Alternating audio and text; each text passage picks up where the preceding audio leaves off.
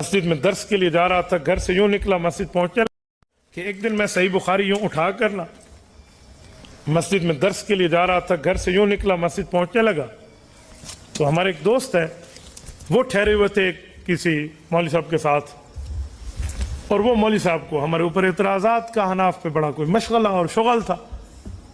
یار بات ہو تو مولانا کہتے ہیں مروڑے، بہرحال میں دلیل میں لفظ بڑا پیار سے لاتا ہوں، میں مخالف کو بھی ایک عزت دے کر بات کرتا ہوں، بس دلیل سے بندہ رد کرے۔ ان کو کوئی سوالات کا مشغلہ تھا تو وہ کہنے لگے مول صاحب خیریت، مسافہ ہوا نا، مول صاحب خیریت ہے، آپ لوگوں کا صحیح بخاری سے کیا کام ہے؟ آپ تو فقہ حنفی ماننے والے، فقہ جانے تو تسی جانے کی کام ہے؟ مجھے بڑی حیرانگی ہوئی، میں نے کبھی چھیڑا ہے؟ میں نے کبھی آپ کو کچھ کہا ہے؟ ابھی انہوں نے مجھ سے ایک ہاتھ میں لایا اور صحیح بخاری میں جو مصافہ امام بخاری کے اکابر کا موجود ہے وہ میں پڑھ کے سنا دیتا اور کہتا بھی آپ نے صحیح بخاری کے مطابق نہیں کیا۔ صافہ حماد بن زید ابن المبارک بیدی، امام بخاری تو دو ہاتھ سے مصافے کی بات لائے ہیں، میں نے تو نہیں کہا، لیکن مسئلہ یہ ہے کہ وہ کہتے ہیں نا سمندر کا ظرف اپنا ہوتا ہے اور دریا کا ظرف اپنا ہوتا ہے، جس میں جتنا ظرف ہے اتنا ہی خاموش ہے۔ اب انہوں نے کہا تو جواب میرے لیے لازم ہو گیا، میں نے کہا مولانا ایک منٹ، میں تو صحیح بخاری پڑھوں گا کہ صحیح بخاری تو بہت اچھی کتاب ہے، کہتے ہیں مثلاً، میں نے کہا مثلاً صحیح بخاری میں روایت ہے کلام المیت وہو علی الجنازہ، میت بولتا بھی ہے میت سنتا بھی ہے، آپ تو کہتے ہو سنتا بھی نہیں ہے بولتا بھی نہیں، اے بخاری جو روایت کاٹ دے ہو تھوڑے سے ایسے ہو۔ میں نے کہا تھوڑا آگے چلنے دیں، ایک منٹ، ابھی طبیعت صاف نہیں ہوئی، استری کا پہلا نمبر چلے۔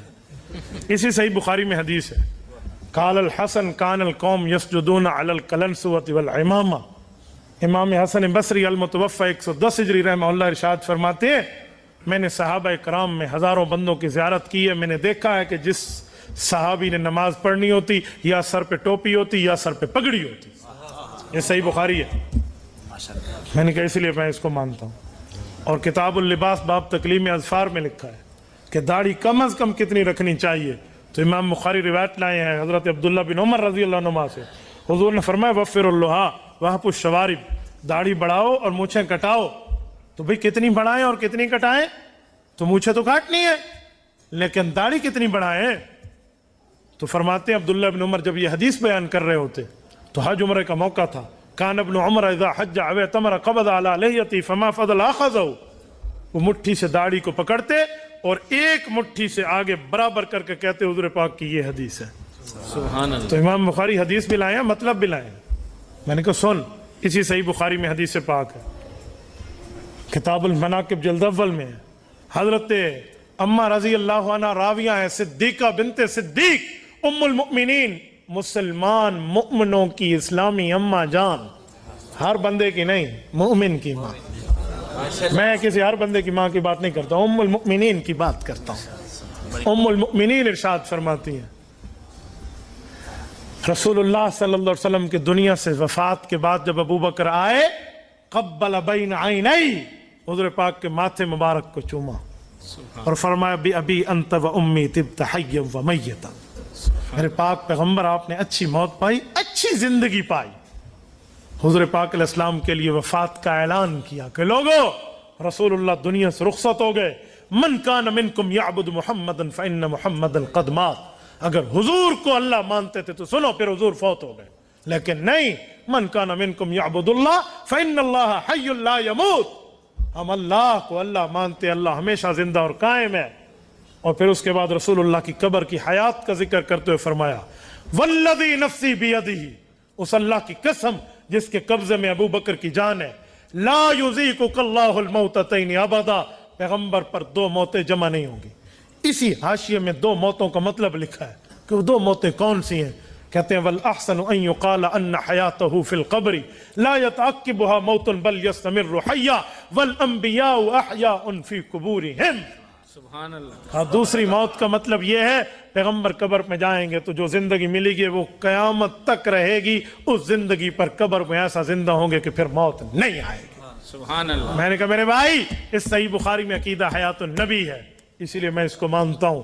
تھوڑا آگے چلوں، اسی میں امام بخاری فرماتے ہیں صافہ حماد بن زید کا میرا استاذ ہے حماد بن زید، اس نے جا کر امام ابو حنیفہ کے شاگرد عبداللہ بن مبارک امیر المؤمنین فی الحدیث سے مصافحہ کیا، بیدائی، دونوں ہاتھوں سے مصافحہ کیا۔ امام بخاری اپنے استاذ کی عزت بتا رہے کہ امام ابو حنیفہ کے شاگردوں سے مصافحہ کیا کرتا تھا۔ یہ امام بخاری ہے۔ تھوڑا آگے چلوں، سنیں، میں نے کہا یہی صحیح بخاری ہے۔ امام بخاری رحمہ اللہ فرماتے ہیں، صحیح بخاری میں حدیث لائے ہیں کہ اذا حکم الحاکم فاجتہد واصاب، اگر فقیہ اجتہاد سے مسئلہ بتائے تو ٹھیک بتائے، لہو اجران ان اخطا لہو اجر، اس سے بھول چوک ہو جائے تو فقیہ کو اللہ اجر پھر بھی دیتے ہیں، تو فقیہ معجور ہے۔ امام بخاری یہی روایت لائے ہیں۔ اور فقہ سے نفرت کرنے والے امام بخاری حضرت معاویہ رضی اللہ عنہ سے روایت لائے ہیں، فرماتے ہیں من یرید اللہ بہ خیرا یفقہہ فی الدین، تم سمجھتے ہو کہ رب نے اپنی امت میں کس امتی کے ساتھ بھلائی کا معاملہ کیا؟ جاؤ دیکھو جس کو علم فقہ ملا اللہ نے اس سے بھلائی کا ارادہ کیا۔ امام بخاری، میں نے اس طرح 6 7 8 10 روایات پیش کی۔